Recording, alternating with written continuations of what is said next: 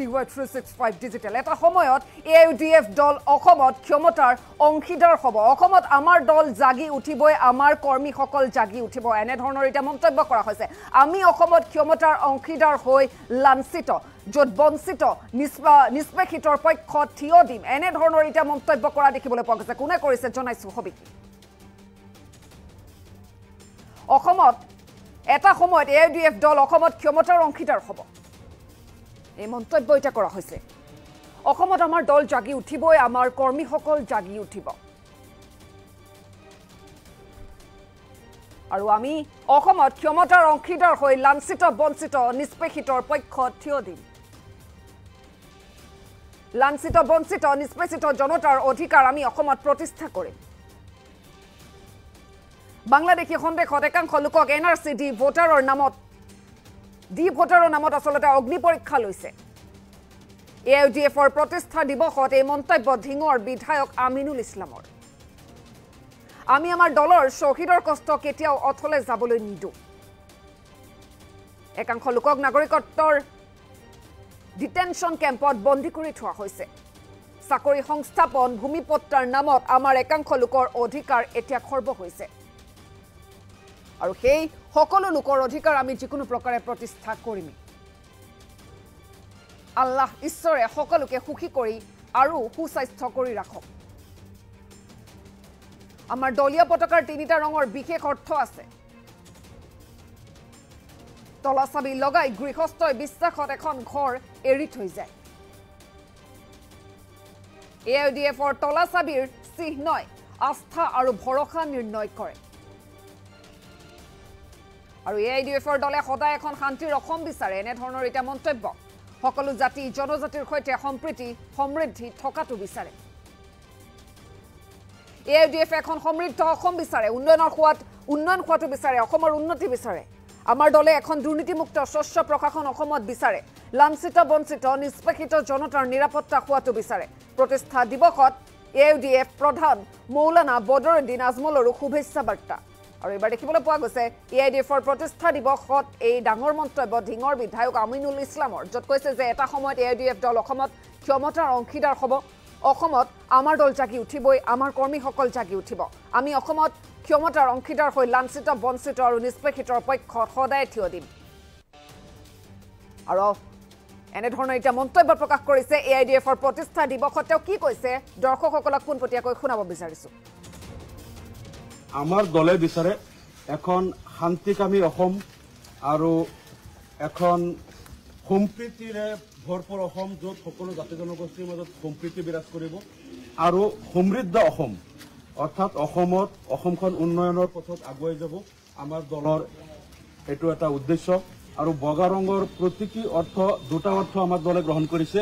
এইটো হ'ল পিউৰিটি আৰু ইনোচেন্স অৰ্থাৎ বিশুদ্ধতা আৰু নিৰ্দোষতা অৰ্থাৎ আমাৰ দলে এখন শুদ্ধ অসম বিচাৰে য'ত বিশুদ্ধ আৰু সত্যনিষ্ঠ প্ৰশাসন আৰু দুৰ্নীতিমুক্ত স্বচ্ছ প্ৰশাসন আৰু চৰকাৰ আমাৰ দলে বিচাৰে অৰ্থাৎ দুৰ্নীতিমুক্ত স্বচ্ছ নিকা চৰকাৰ আৰু প্ৰশাসন আমাৰ দলে বিচাৰে আৰু ক'লা ৰঙৰ যি 8টা প্ৰতীকী অৰ্থ আছে তাৰ ভিতৰত আমাৰ দলে দুটা অৰ্থ গ্ৰহণ কৰিছে সেই দুটা হ'ল পাৱাৰ এণ্ড প্ৰটেকশ্যন অৰ্থাৎ ক্ষমতা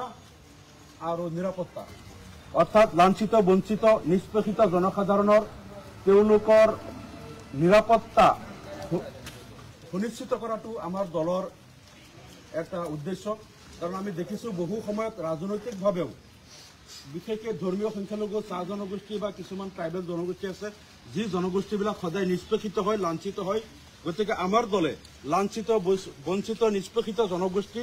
তেওঁলোকৰ নিৰাপত্তা সুনিশ্চিত কৰাটো বিচাৰে আৰু তাৰ কাৰণে ক্ষমতাত অংশীদাৰ হোৱাটো দৰকাৰ গতিকে আমাৰ দলে ক্ষমতাত এই কাৰণেই যাব বিচাৰে যাতে লাঞ্ছিত বঞ্চিত নিষ্পেষিত জনসাধাৰণৰ তেওঁলোকৰ নিৰাপত্তা সুনিশ্চিত কৰিব পৰা যায় তেওঁলোকৰ অধিকাৰটো তেওঁলোকক দিব পৰা যায় একেবাৰে মাজত আপোনালোকে বগা ৰঙৰ মাজত চাব তলা চাবিৰ প্ৰতীক চিহ্নটো আছে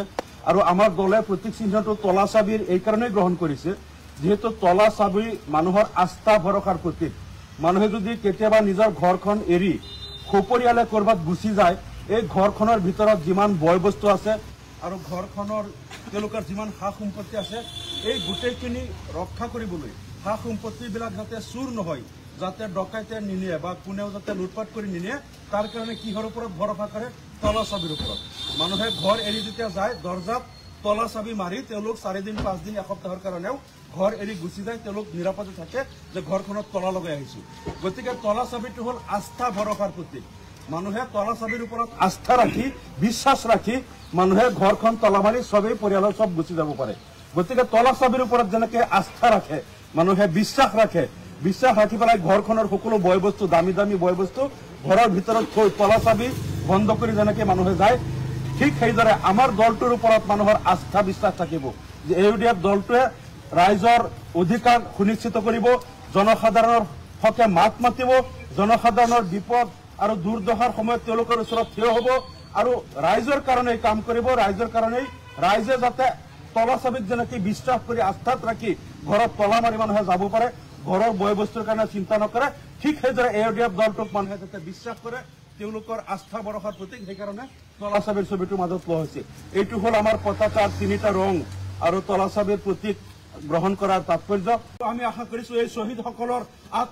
জীৱন ত্যাগ, তেওঁলোকৰ এই ত্যাগ অথলে নাযায়, তেওঁলোকৰ যি আত্মবলিদান সেয়া অথলে নাযায়। এটা সময়ত এইখন অসমত আমাৰ দল নিশ্চয় ক্ষমতাৰ অংশীদাৰ হ'ব, আমাৰ দল জাগি উঠিব, আমাৰ কৰ্মীসকল জাগি উঠিব আৰু এটা সময়ত এইখন অসমত ক্ষমতাৰ অংশীদাৰ হৈ আমি লাঞ্ছিত বঞ্চিত নিষ্পেষিত মানুহৰ পক্ষত আমাৰ যিটো মিছন, তেওঁলোকৰ অধিকাৰ আমি প্ৰতিষ্ঠা কৰিমেই। আৰু বাংলাদেশী সন্দেহত যিসকল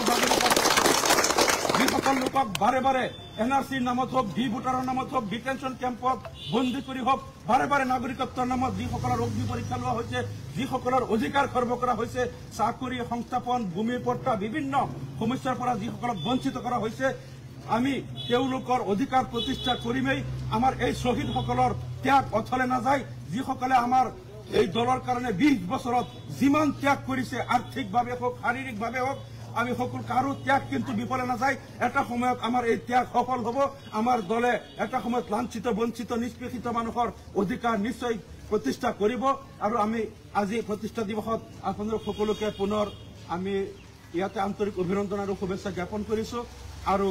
এই মুহূৰ্তত আমি অনাগত দিনত দৃঢ় সংকল্প লৈ আমাৰ দলটোক আগুৱাই লৈ যোৱাত, গাঁৱে গাঁৱে তৃণমূল পৰ্যায়ত আমাৰ দলৰ ভেটি শক্তিশালী কৰাত আৰু লাঞ্ছিত বঞ্চিত নিষ্পেষিত মানুহৰ অধিকাৰ প্ৰতিষ্ঠা কৰাত আপোনালোক সকলোৱে সমগ্ৰ অসমৰ লোকে ইয়াত আত্মনিয়োগ কৰিব বুলি আশা ৰাখি মই মোৰ বক্তব্য এইখিনিতে সামৰিছো। AUDF জিন্দাবাদ, মৌলানা বদৰুদ্দিন আহমদ সাহেব জিন্দাবাদ, জয় আই অসম, জয় হিন্দ।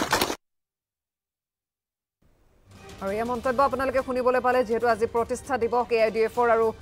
প্ৰতিষ্ঠা দিৱসতে মন্তব্য কৰিছে ঢিঙৰ বিধায়ক আমিনুল ইছলামে, য'ত বহুকেইটা গুৰুত্বপূৰ্ণ কথা কোৱা পৰিলক্ষিত হয়। য'ত তেওঁ কৈছে যে এটা সময়ত AUDF দল অসমত ক্ষমতাৰ অংশীদাৰ হ'ব, অসমত আমাৰ দল জাগি উঠিবই, আমাৰ যি কৰ্মীসকল আছে তেওঁলোক জাগি উঠিবই, অসমৰ উন্নতি বিচাৰে আমাৰ দলে, আমি অসমত ক্ষমতাৰ অংশীদাৰ হৈ লাঞ্ছিত বঞ্চিত আৰু নিষ্পেষিতৰ পক্ষত সদায় থিয় দিম। এনেধৰণৰ এতিয়া মন্তব্য আপোনালোকে শুনিবলৈ পাইছে।